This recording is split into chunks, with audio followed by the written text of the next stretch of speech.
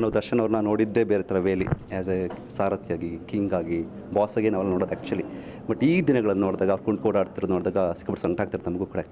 Actually ಏನಾಗಿದೆ sir ಅವರಿಗೆ? ಯಾಕೆಂದರೆ ಆಪ್ರೇಷನ್ ಆಗಲೇಬೇಕಿದೆಯಾ ಅಥವಾ ಏನನ್ನ ಡಾಕ್ಟರ್ಸ್ ಹೇಳ್ತಿದ್ದಾರೆ ಸರ್? ಇದು ಈ L4 ಆ್ಯಂಡ್ L5 ಪ್ರಾಬ್ಲಮ್ ಶುರುವಾಗಿದ್ದು ನಮ್ಮ ಸಿನಿಮಾ ಸಾರ್ಥಿ ಟೈಮಲ್ಲಿ.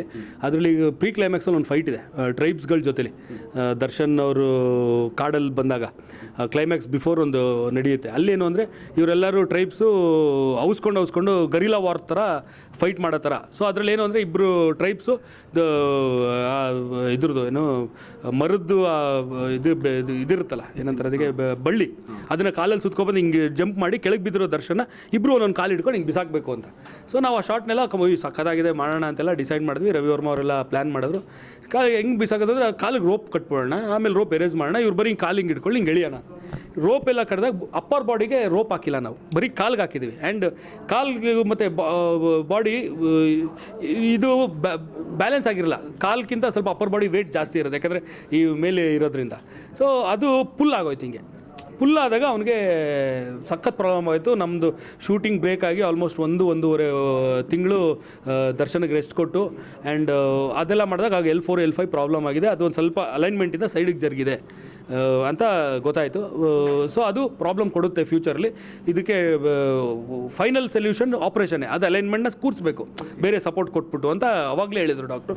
ನಾವು ಬೇಡ ಈಗಲೇ ಬೇಕಾ ಮಾಡಿಸ್ಬೇಕಾ ಅಂದರೆ, ಇಲ್ಲ ಅದು ನಿಮ್ಮ ಮೇಲೆ ಡಿಪೆಂಡ್ ಆಗುತ್ತೆ, ನೀವು ನೋವು ತಡಿತೀರಾ, ಅದು ಬಂದಾಗ ಅಂದರೆ ಪದೇ ಅದು ಸ್ಟ್ರೈಕ್ ಆಗ್ತಾ ಇರುತ್ತೆ. ನೀವೇನೋ ಫೈಟ್ ಮಾಡ್ಬೇಕಾರೆ ಎಲ್ಲರೂ ಬಿದ್ದಾಗ ಏನಾದಾಗ ಅದು ಸ್ಟ್ರೈಕ್ ಆಗುತ್ತೆ. ಯಾಕಂದ್ರೆ ಸ್ಪೈನಲ್ ಕಾರ್ಡ್ ಮೇನ್ ಇದು, ಅದರಿಂದನೇ ಎಲ್ಲ ಕಡೆಗೂ ನರ್ವ್ಸ್ ಎಲ್ಲ ಡಿಸ್ಟ್ರಿಬ್ಯೂಟ್ ಆಗೋದು. ಸೊ ಹಂಗಾಗುತ್ತೆ ಅಂತ ಹೇಳಿದರು. ಸೊ ದರ್ಶನ್ ಇಲ್ಲ ತಡಿತೀನಿ ನಾನು, ತೊಂದರೆ ಇಲ್ಲ, ಬಂದಾಗ ತಾನೇ, ಈಗ ಎಲ್ಲರೂ ಹಂಗೆ ಪ್ರಾಬ್ಲಮ್ ಬಂದಾಗ ನೋಡೋಣ ಅಂತ ಬಿಟ್ಬಿಡ್ತೀವಿ.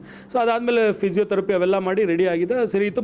ಒಂದೊಂದು ಪ್ರಾಬ್ಲಮ್ ಆಗೋದು. ಅದಾದಮೇಲೆ ಬೃಂದಾವನ ಶೂಟಿಂಗಲ್ಲಿ ಐಸ್ಲ್ಯಾಂಡಲ್ಲಿ ಕುದುರೆ ಮೇಲಿಂದ ಬಿದ್ದ, ಪ್ರಾಬ್ಲಮ್ ಆಯಿತು. ಇಲ್ಲಿ ತಿರ್ಗಾ BJSಗೆ ಬಂದು ಅಡ್ಮಿಟ್ ಮಾಡಿದ್ವಿ. ತಿರ್ಗಾ ಅವೆಲ್ಲ ಅದಾದ ತಿರ್ಗಾ ರೆಡಿ ಆಯಿತು. ತಿರ್ಗಾ ಅದನ್ನ ಹಂಗೆ ಮೇಂಟೈನ್ ಆಗ್ತಿದೆ. ಈಗ ಒಬ್ಬೊಬ್ಬರು ತುಂಬ ಹಳೆ ಪ್ರಾಬ್ಲಮ್ನ ತುಂಬ ವರ್ಷ ಅದನ್ನ ಮೇಂಟೈನ್ ಮಾಡ್ಕೊಬರ್ತಾರೆ. ಸೊ ಆ ರೀತಿಲಿ ಆ ದರ್ಶನ ಅದನ್ನ ಮೇಂಟೈನ್ ಮಾಡ್ಕೊಂಬರ್ತಿದ್ದ. ಈಗ ಸ್ಟೇಟ್ ಆಫ್ ಮೈಂಡು ಮತ್ತು ಪರಿಸ್ಥಿತಿಯಿಂದ ಅದು ತಿರ್ಗಾ ಸ್ಟ್ರೈಕ್ ಆಗೋಯ್ತು. ಅವ್ರಿಗೆ ಫೆಸಿಲಿಟಿ ಕರೆಕ್ಟಾಗಿ ವೆಸ್ಟರ್ನ್ ಕಮೋಡ್ ಸಿಗದೆ ಇರೋದ್ರಿಂದ, ಅದಕ್ಕೆ ಪೊಸಿಷನ್ ಕೂರೋದ್ರಿಂದ ಅದೆಲ್ಲ ಪ್ರಾಬ್ಲಮ್ ಶುರು ಆಯಿತು. ಸೊ ಅದು ಇಲ್ಲಿಗೆ ಲೀಡ್ ಆಯಿತು. ಆ್ಯಂಡ್ ಅದು ಬೋನಲ್ಲಿ ಒಂದು ನರ್ವ್ ಹೋಗಿರುತ್ತೆ, ಎಲ್ಲರ ಬೆರಳಿಗೆ ಎಲ್ಲದಕ್ಕೂ ಅಲ್ಲಿಂದ ನರ್ವ್ ಅದೇನೋ ಪ್ರೆಸ್ ಆಗಿ ಬಲ್ಜಾಗ್ಬಿಟ್ಟು ಅದು ನಮ್ನೆಸ್ ಕ್ರಿಯೇಟ್ ಮಾಡೋಕ್ಕೆ ಸ್ಟಾರ್ಟ್ ಮಾಡ್ತು ಲೆಫ್ಟ್ ಲೆಗ್ಗೆ. ಸ್ಲೋ ಆಗಿ ಬೆರಳಿಂದ ಹಂಗೆ ಮೇಲೆ ಬರ್ತಾಯಿತ್ತು. ಸೊ ಅದು ತುಂಬ ಪ್ಯಾರಲೈಸ್ ಆಗೋ ಚಾನ್ಸಸ್ ಇತ್ತು. ಯಾಕಂದರೆ ನರ್ವ್ ಡ್ಯಾಮೇಜು ರಿವರ್ಸ್ ಮಾಡೋಕ್ಕಾಗಲ್ಲ, ಬೇರೆ ಏನೇ ರಿವರ್ಸ್ ಮಾಡೋದು ಅದು ಮಾಡೋಕ್ಕಾಗಲ್ಲ ಅಂತ ಡಾಕ್ಟ್ರ್ ಹೇಳಿದ್ರು. ಸೊ ಅದರಿಂದ ನಾವು ಮೆಡಿಕಲ್ ಬೇಲ್ ತೊಗೊಂಡು BJSಗೆ ಬಂದ್ವಿ. BJSಲ್ಲಿ ಅದಕ್ಕೆ ಎಂಜೋಬ್ಲಾಸ್ಟ್ ಥರ ಏನೋ ಮಾಡಿದ್ರು ಆ ನರ್ವ್ಗೆ. ಸೊ ನಮ್ನೆಸ್ಸು ಆಗೋದು ಸ್ಟಾಪ್ ಆಯಿತು. ಸೊ ಅದಾದಮೇಲೆ ಆಪ್ರೇಷನ್ ಏನು ಮಾಡೋದು ಅಂತ ಹೇಳಿತ್ತು. ಬಟ್ ದರ್ಶನ್ಗೆ ಫ್ಯಾಮಿಲಿ ಡಾಕ್ಟ್ರ್ ಬಂದು ಅಜಯ್ ಹೆಗ್ಡೆ ಅವರು ನಾವು BJSಲಿದ್ದಾಗ ಇಲ್ಲಿಗೆ ಬರೋಕ್ಕಾಗ್ತಿರಲಿಲ್ಲ. ಆ್ಯಂಡ್ ಮೆಡಿಕಲ್ ಬೇಲಲ್ಲಿ ದರ್ಶನ್ ಅವ್ರು ಮೈಸೂರಿಗೆ ಹೋಗೋಕ್ಕಾಗ್ತಾ ಇರಲಿಲ್ಲ.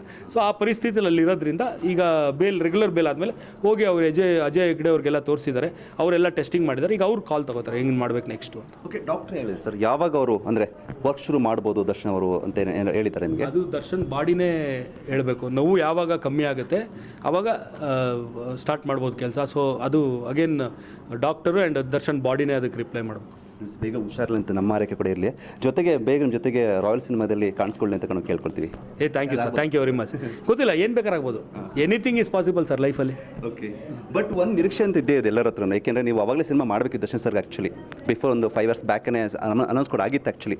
ಸೊ ಅದೇನಾದ್ರು ಈಗ ಟೇಕ್ ಆಫ್ ಆಗ್ಬೋದಾ ಸರ್? ಆ ಕತೆ ಆಗಲ್ಲ, ಬೇರೆ ಕತೆ ಆಗಿದೆ. ಬಟ್ ಸಿನಿಮಾ ಅಂತೂ ಕನ್ಫರ್ಮ್ ಮಾಡೋದು ದರ್ಶನ್ ಜೊತೆ. ಓಕೆ, ಸೊ ಒಂದು ವಿಚಾರದಲ್ಲಿ ಅಪ್ಪು ಸರ್ ಕತೆ ಮಾಡ್ಕೊಂಡಿರಲ್ಲ, ಅದೇನಾದರೂ ದರ್ಶನ್ ಸರ್ಗೆ ಹೇಳುವಂತ? ಏಕೆಂದರೆ ಅಂಥ ಸೂಪರ್ ಸ್ಟಾರ್ಗೆ ಆ ಕತೆ ಹಿಡಿಯೋದು ಅಂಥವ್ರಿಗೆ ಆ ಕತೆ ಬೇಕು ಅಂತ ಹೇಳ್ತೀರಿ, ನೀವು ಹೇಳಿದ್ರಿ.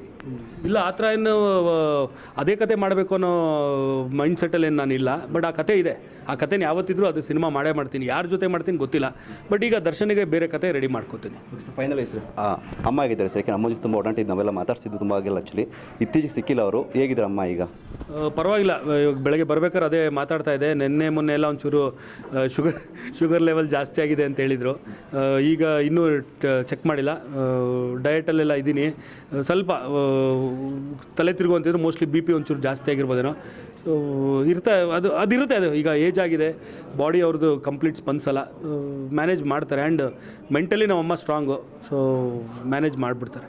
Okay thank you so much sir. ಒಂದು ಖುಷಿ ವಿಚಾರ, ನೀವೆಲ್ಲ ಒಟ್ಟಿಗಿರೋದು, ಈ ಥರ ಒಟ್ಟಿಗೆ ಓಡಾಡ್ತಿರೋದು, ಒಟ್ಟಿಗೆ ಸೇರ್ಕೊಂಡಿರೋದನ್ನ ಎಷ್ಟೋ ವರ್ಷ ಆಯ್ತು ನಾವು ನೋಡಿ ನಿಮ್ಮನ್ನು. ಆ್ಯಕ್ಚುಲಿ ನೀವೆಲ್ಲ ಹೇಳ್ತೀರಿ, ಖುಷಿಯಾಗಿ ಹೇಳಿದಿರಿ, ತೋಟದ ಮನೆಗೆ ಹೋಗಿದ್ದು, ಅಲ್ಲಿ ಸಿಕ್ಕಿದ್ದು, ಮಾತಾಡಿದ್ದು, ನೀವು ಹರಟೆ ಹೊಡಿದ್ದು ಎಲ್ಲ ತುಂಬಾ ಖುಷಿ ಆಯ್ತು ಸರ್. ಈ ಮಾತು ನಿಮ್ಮ ಬಾಯಲ್ಲಿ ಕೇಳಿದ್ದು ತುಂಬ ಖುಷಿ ಆಯ್ತು. ಅದೇ ಥರ ರಾಯಲ್ ಸಿನಿಮಾ ಕೂಡ ಅಷ್ಟೇ ರಾಯಲಾಗಿ ಬರಲಿ, ಮತ್ತಷ್ಟು ಸಕ್ಸಸ್ ತಂದ್ಕೊಳ್ಳಿ sir. Thank you so much sir. Thank you sir.